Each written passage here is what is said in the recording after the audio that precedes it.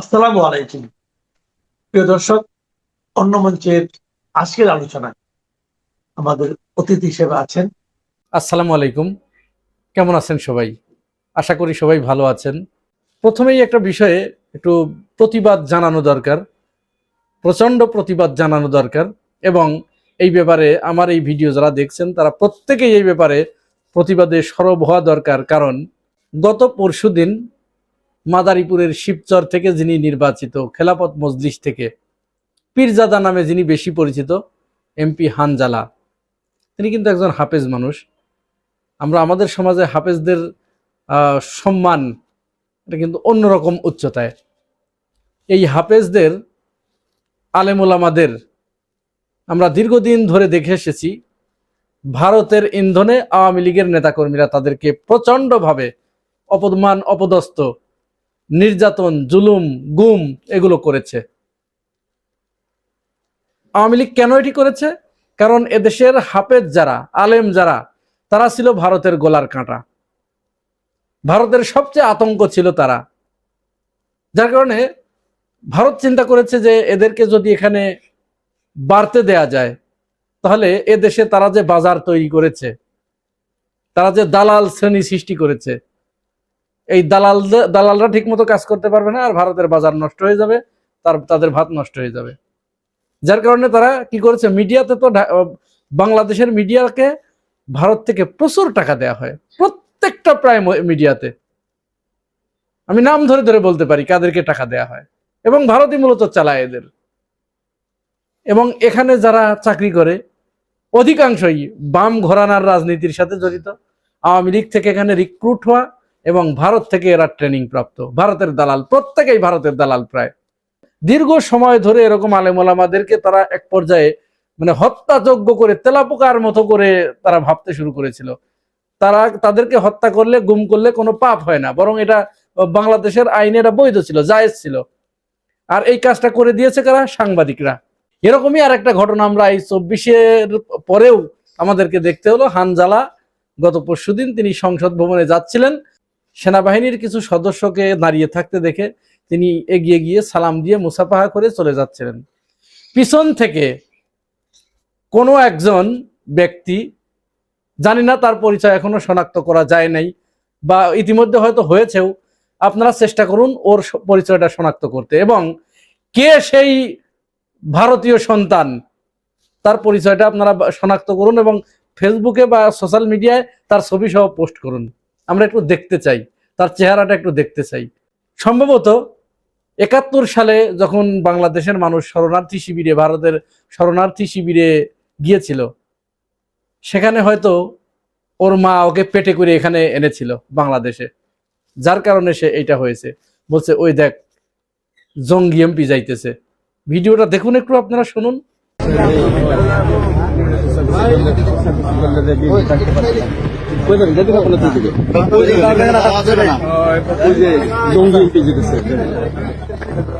যে এইটা বলেছে ও বাংলাদেশের সন্তান নয়, কোনো মায়ের সন্তান নয়, কোনো মানুষের সন্তান নয়। আল মাহমুদের ভাষায় ওকে আমরা বলবো যে ইবলিশের ঔরস থেকে ছিটকে পড়া এক টুকরো আগুনের সন্তান ওরা। কেউ পারলে ওর ছবি সহ ফেসবুকে পোস্ট করেন এবং ধিক্কার জানান। যাই হোক, এবার আমরা একটু আন্দোলনের খবরে আসি। সংসদের ভিতরে বিরোধী দল খুব মনে প্রাণে চেয়েছিল সরকারি দলকে বুঝিয়ে তাদের সাথে আলাপ আলোচনা করে জুলাই সনদকে বাস্তবায়ন করতে, গণভোটকে বাস্তবায়ন করতে। কিন্তু আমরা অত্যন্ত উদ্বেগের সাথে লক্ষ্য করলাম যে তারেক রহমান নির্বাচনের আগে তিনি বেশ কয়েক জায়গায় গিয়ে দলীয় নেতাকর্মীদেরকে বললেন যে তোমরা হাতে ভোট দিবা। তিনি তার নেতাকর্মীদেরকে উদ্বুদ্ধ করলেন, যদিও বিএনপির অনেক নেতাকর্মীকে আমরা শুনেছি তারা নাতে ভোট দিতে বলেছে, কিন্তু তারেক রহমান বেশ কয়েক জায়গায় বলেছেন যে হাতে ভোট দিন। হয়তো তারেক রহমানের এই কথার প্রতি মানুষ আস্থা রেখে পরে ভোট দিয়েছে বিএনপিকে। সেই বিএনপি এখন ক্ষমতায় আসার পরে নানা রকম ইনিয়ে বিনিয়ে পেঁচিয়ে মিথ্যা কথার ফুলঝুরি ছড়িয়ে সেটাকে এখন পাশ কাটিয়ে যেতে চাচ্ছে। জুলাই সনদ সম্পর্কে তারা একেবারে দ্ব্যর্থহীন ভাষায় বলে দিয়েছে, সংসদে বলে দিয়েছে যে এটা আর পাশ করা হবে না। জুলাই সনদ বলতে কিছু নাই। আমরা জানি না এটাকে ইমানদারি বলে কিনা। বিএনপির নেতা কর্মীরা তারা অবশ্য জামাতকে বিভিন্ন সময় মুনাফেক বলে গালি দিয়ে থাকেন। জামাতকে তারা বলেন যে মুনাফেকির রাজনীতি করে। তো জামাতের ওইটা যদি মুনাফেকি হয়, তাহলে এই যে সরাসরি জনগণের সাথে জনগণকে বলা হলো হাতে ভোট দাও, আর জনগণের ভোট নিয়ে সেটাকে এখন পাশ কাটিয়ে যাওয়া হচ্ছে এবং সংসদে বলা হচ্ছে এটা তারা পাশ করবে না। এটা নাই, গণভোট বলে কিছু নাই, সংস্কার পরিষদ বলে কিছু নাই, ওগুলো তারা মানবে না, কিচ্ছু মানবে না। তারা একেবারে পরিষ্কার করে বলে দিয়েছে। আন্দালিব রহমান পার্থের কথা অনুযায়ী সেটা বোঝা গেছে। সালাউদ্দিন আহমেদ তো দীর্ঘদিন ধরে বলেই যাচ্ছে। সুতরাং এটা বিরাট ইমানদারির লক্ষণ, সবচেয়ে বড় ইমানদারির লক্ষণ এটা।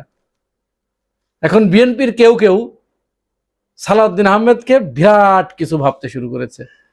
বলছে সালাউদ্দিন আহমেদের সাথে বিরোধী দলের 68 জন পারবে না, এক সালাউদ্দিনই যথেষ্ট। সালাউদ্দিন আহমেদ এই সেই।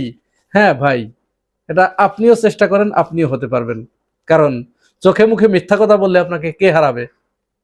আপনি 1000 জন মানুষের সামনে একটা কথা বলেই বলবেন যে আমি বলি নাই, না আমি বলি নাই। আপনার চুপায় তো আল্লাহ 2 খান হার দিছে। এই হার 2 খানের অনেক বড় মূল্য। আপনি যদি বলেন যে এটা বলি নাই আমি, প্রমাণ কর আমি কোথায় বলেছি, প্রমাণ দেওয়ার পরেও বলবেন না ওটা আমার ভয়েস না, ওটা তো এআই দিয়ে বানানো। যখন ফ্যাক্ট চেকার বলবে যে এআই দিয়ে নয় এটা আপনার, তখন বলবে ওই সময় আমি হুঁশে ছিলাম না। তা আপনিও বলতে পারবেন। আপনি চেষ্টা করেন। যারা সালাউদ্দিন আহমেদকে খুব প্রশংসা করছেন, কিন্তু সালাউদ্দিন আহমেদ তার নিজেকে কোথায় নামিয়ে ফেলেছেন ইতিমধ্যে, এইটুকু বোঝার ক্ষমতা যদি আপনাদের থাকতো তাহলে আপনারা এই কথাগুলো বলতেন না। ভাই, মিথ্যা দিয়ে অনেক বড় আওয়াজ করা যায়। মিথ্যা কথা বললে অনেক বড় আওয়াজ করা যায়। এই বিষয়ে তো সংসদে কোনো আলোচনাই হবার কথা নয়। এখানে স্বাক্ষর করেছে তো বিএনপি, তাহলে আবার কেন আলোচনায় আনা হলো? আবার আইনমন্ত্রী বললেন যে ঠিক আছে এই বিষয়ে আমরা আলোচনা করব। তাহলে আপনি ওখানে মদিনা সনদ রাখেন, ওখানে রুশো রাখেন, ওখানে এই রাখেন সেই রাখেন, কেন রে ভাই? এখন এত কিছু এখানে কেন? এটা যখন স্বাক্ষর করেছিলেন তখন কি বুঝে শুনে স্বাক্ষর করেছিলেন না? নাকি ওই হাফিজউদ্দিন আহমেদের ওই কথাই সত্য যে জনগণ ভোট দিত না, এই জন্য জনগণের ভোট নেবার জন্য পরিষ্কার করে বলেই দিয়েছে? এটাও তো মনে হয় বিরাট ইমানদারের কথা না, ইমানদারির লক্ষণ, তাই না? আবার ছাত্র শক্তির কেউ কেউ দেখছি জামাত আমিরকে সমালোচনা করছেন। জামাত আমির নাকি সংসদে সরকারি দলের সাথে মিলে তারা সংবিধান সংস্কার পরিষদের আলোচনা চেয়েছেন। ওই যে মুলতবি প্রস্তাবটা করেছিলেন যার উপরে আলোচনা হলো, মানে বোঝার ঘাটতি হলে যা হয়। জামাত আমির কিন্তু ওখানে যেটা পরিষ্কার করে বলেছে যে এটা সংবিধান সংস্কার পরিষদের আলোচনা। এটি স্পিকারকে উদ্দেশ্য করে বলেছেন যে মাননীয় স্পিকার, এই বিষয়ে যথেষ্ট আলোচনা হয়েছে। কোন বিষয়ে? সংবিধান সংস্কার বিষয়ে। জামাত ইসলাম তো সংবিধান সংশোধন নয়, সংবিধান সংস্কার চায়। সেই বিষয়ের উপরেই মুলতবি প্রস্তাব এনেছিলেন। আনার পরে সেটা নিয়ে বিস্তর আলোচনা হয়েছে।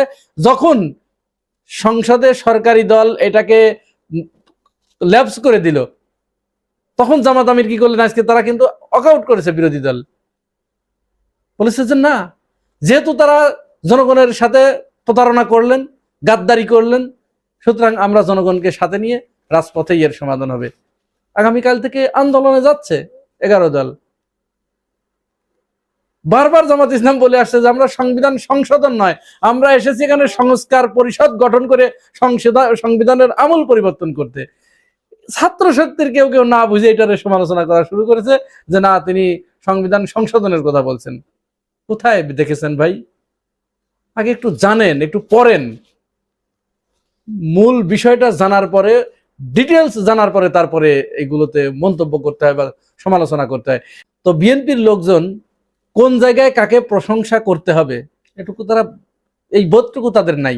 সালাউদ্দিনের এই স্ট্যান্ডবাজিকে সুপার জোরে তিনি যে একটা অসত্যকে এখানে প্রতিষ্ঠিত করতে চাচ্ছেন, বিতর্ক উস্কে দিচ্ছেন, এটা তো বিতর্ক এখানে কিছুই করার বিষয় না, এটা তো আলোচনার বিষয় ছিল না।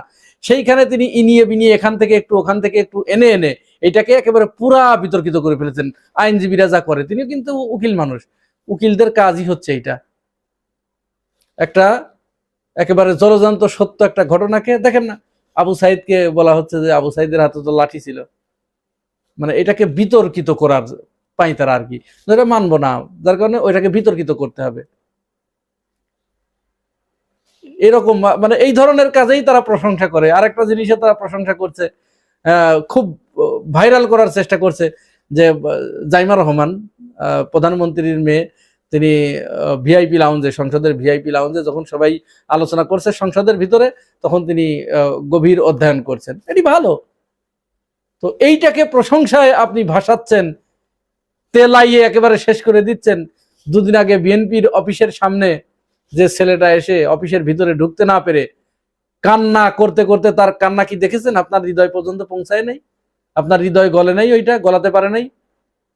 এই বিষয়ে কই আপনাদের কোনো উচ্চবাচ্য তো দেখলাম না। ছেলেটা যে তার দলীয় পার্টি অফিসের ভিতরে ঢুকতে না পেরে এইভাবে কান্না করে এখান থেকে ফিরে গেল, তখন কি আপনারা আপনাদের এই যে তেল, নাকি ওখানে কোনো স্বার্থ নাই? ওইখানে তেল মারলে পরে তো আপনার চাঁদাবাজি করতে পারবে না। আপনি যে চাঁদাবাজি করেন ওইটা তো আপনার কেউ পাশে এসে দাঁড়াবে না, ওই ছেলের তো ক্ষমতা নাই আপনাকে সহযোগিতা করার। আপনি তো প্রধানমন্ত্রীকে বা তার পরিবারকে আপনি তেলাচ্ছেন, কারণ আপনার উদ্দেশ্য আছে। আপনি যে চাঁদাবাজি করছেন, এই চাঁদাবাজিকে যাতে প্রোটেক্ট দেয় কেউ, এটার জন্য। দর্শক, আপনারা কি মনে করেন জানাবেন কমেন্টস বক্সে।